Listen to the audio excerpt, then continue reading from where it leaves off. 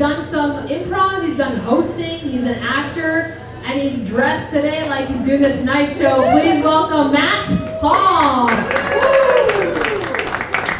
Thank you so much. How are we doing, ladies and gentlemen? Oh, I can hear you. Come on, make some noise. So when I was a kid, me and my friends were at my house, we were hanging out, and we were thinking, hey, you know what would be really cool right now is to go down to 7-Eleven and grab some snacks, maybe some Skittles, some Ruffles chips, you know, let's go hang out, have a good time. And my friend says, hey man, I gotta be home at 4 o'clock, so we gotta go quick. I'm like, buddy, relax, it's 12:30, okay? We got plenty of time, it's a 10-minute walk away, we'll go there, come back, have a good time, all right? So we go, we start walking down, and my other friend, he got these brand new red shoes, and he's like, hey man, I really don't want to get my shoes dirty, so can we just not step in any puddles or anything like that? And I'm like, hey buddy, relax. It's a sunny day, there are no puddles, nothing to worry about. So we go to 7-Eleven, my other friend, again, bitching about, I gotta be home at 4 o'clock. Dude, it's 1 p.m., relax, we're gonna get there, it's gonna be no problem, okay? So we go in, we get a basket, we're getting all this candy dumped in a basket there, and we're having a good time, picking out Skittles and Starburst and Ruffles and all that stuff. My friend's like, hey man, I think I got a little smudge on my red shoes. I'm like, dude, they look fine, relax. You didn't even step in the grass. Don't know what your problem is. And the other guy's like, I gotta be home at 4, clock's a ticking. And I'm like, buddy, relax, okay? We're checking out right now. So then we grab our basket and we're walking up to the cash register. And do you ever get like halfway through a story and realize it's not funny?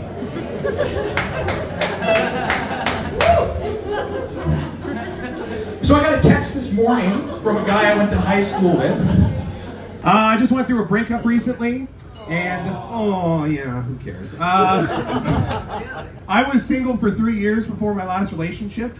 I hate being single so much, and I hate dating. That's the worst part about a breakup, is you gotta put yourself back out there. And when you're single for that long, you really start lowering your standards. You're like, okay, it's fine if we don't like the same music, or have the same interests, or, you know, have the same political opinions, or, you know, speak the same language, or live in the same country, or, you know, if she has any hair, or, you know, if I ever get to see her, or speak to her, or if she's already married, or if she already has kids, and, like, you know, if she's 97, it's fine. It's just really low standards. And that's kind of fucked up. That's the thing. At a certain point, I was like, I'll meet a single mom. Fuck it. Like, I don't care. If she's already got kids, that's fine. I think being a stepdad's underrated. I think it's really noble to want to raise someone else's kids. I think that's great. I really do. I don't know why. I don't know why it's a thing for me. I'm interested. This is a great moment for me. I don't know why everyone's so sad. It means a lot for me in my journey, you know. I honestly, I think every kid needs a strong male authority figure in their life, and if they can't get that, I'll give it a shot, you know, like, I'm not strong male authority, but, like, you know, a couple extra kids will join the drama club, maybe. I think that's something, you know. I think that's a possibility. I think that's something good. Oh my God. Yeah. And the thing is, though, about that is you can't, like, force that. It has to happen organically. That's the issue, you know. You can't, there's no mixers for single moms and weird straight dudes with weird things that they need to figure out, you know. And, you know, can't, like, meet them somewhere else. And I'm not meeting a single woman and adopting. I want a woman who's given birth and has the disillusionment and joy of having a child. I want that, you know. And under no circumstances can you go to a daycare.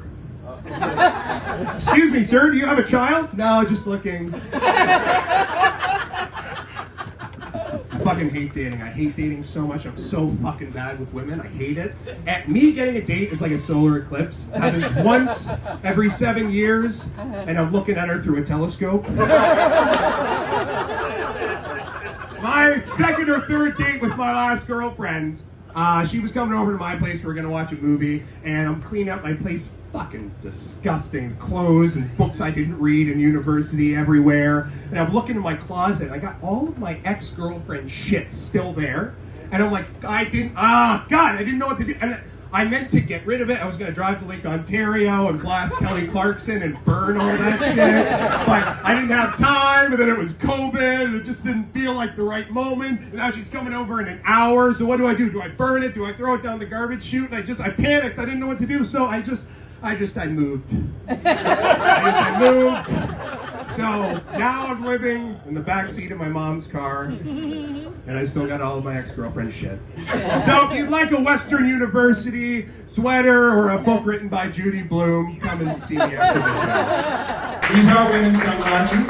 I was looking at them last night. I bought these last week. I was looking at them last night and I thought, these might be for women. So I asked a girl, I said, are these women's sunglasses? She said, 100% those are women's sunglasses. So I owned it. Today I came in and I went, I'm wearing women's sunglasses! And that was inappropriate. That was a lot. But I just like to get the word out there that I like to wear women's sunglasses. And it's not the only female products that I wear. Perfume, panties, I wear the whole thing, all right? I am single. If you couldn't tell, I am single. I get very nervous with dating. Dating makes me so nervous. I get so in my head, and dates are just horrible to be on because the whole time I'm like, is she interested? Am I interested? Is this working? I don't know. I can't really tell. So now I do this thing where first 5 minutes of the date, I get all the worst things about me out on the table because then if that's like too much, she'll leave, and if she stays, then I'm like, well, it's only uphill from here. So being on a date, this is the first 5 minutes of a date with me. This is what it's like.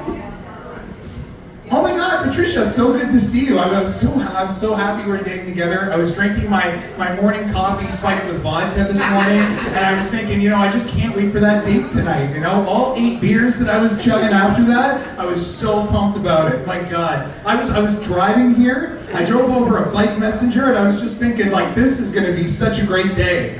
It's going to be awesome. So pumped for this date. Oh my God. So what kind of books do you like? What kind of books do you like? Oh, I read that one. That's a great one. I read that when I was in prison for tax evasion. Great prison read. Great prison read. Read it at least 100 times in the 3 years that I was there. It's really awesome. Yeah, you want to get some coffee? Okay, great. I'll get an average size, but closer to small. Average size, but closer to small. No cream. That was a joke about my dick, yes. Single? No? Just wanted to see what my chances were. I come here to meet people. I come here to make connections and make friends and touch people. That didn't come out right. Or maybe it did. I don't know. We'll see where the night goes. All right. I love coming out to Oakville. It's great. I grew up in Mississauga. I still live in Mississauga. Yeah. Yeah. Give it up for Mississauga. Woo! Oakville is like Mississauga with the budget. It's really nice. It's great. It's great. We got more nice things here. Mississauga is like, that's nice. It's like homey. It's like your parents' house. And Oakville is like your rich uncle who's got a pool in the front yard. Has lobster for dinner. He's got a bathroom in his bathroom. Because have you ever been in the bathroom and you're like, fuck, I need more privacy. God, it's called Taco Tuesday. There's shame and shit everywhere. And then Brampton is like your shitty younger brother who's always asking for money. Brampton, what is it now? Oh, I punched a cop again. You gotta bail me out. Why? I felt like Brampton. I got problems. That's why. I turned 24 in a few weeks. Yeah.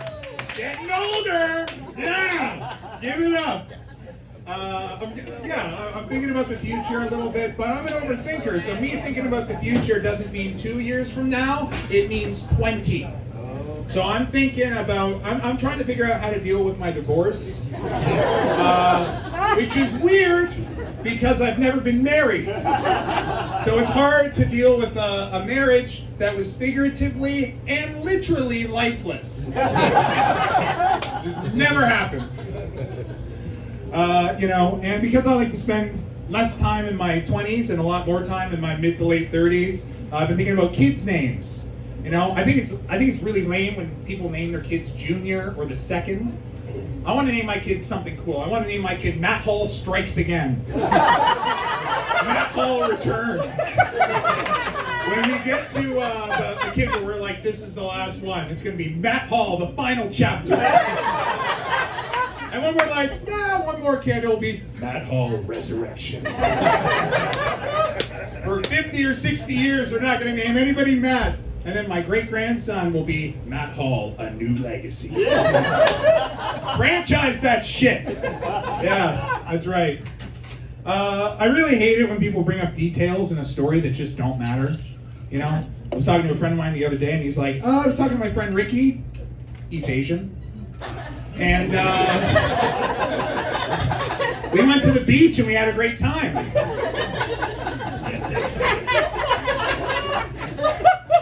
Why did you bring up that he was Asian?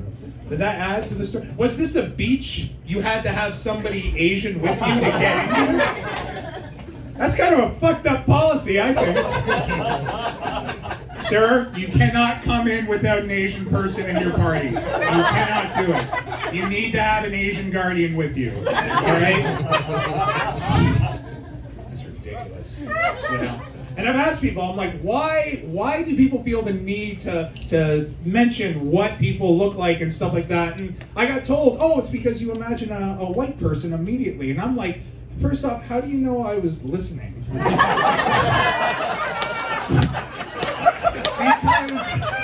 Because I'm not. I don't fucking care about your day. I don't care that you got lunch with David from accounting. Fuck that guy. Fuck him. Hope he has a shitty lunch. Yeah.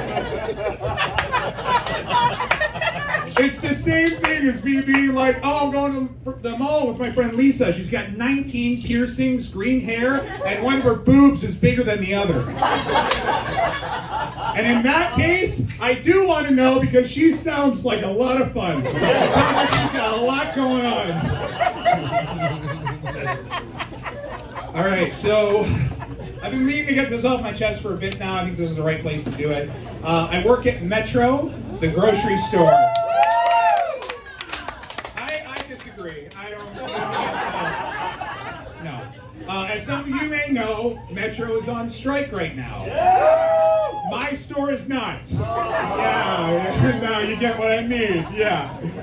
And it's weird. Here's the thing. Let me just make this clear, okay? I don't really care about that whole thing. Like, if you want to fight for better compensation, you should do that. That's fine. As long as you're not hurting anyone, I don't really care. My issue is that they fucking suck at striking. They're so bad at it.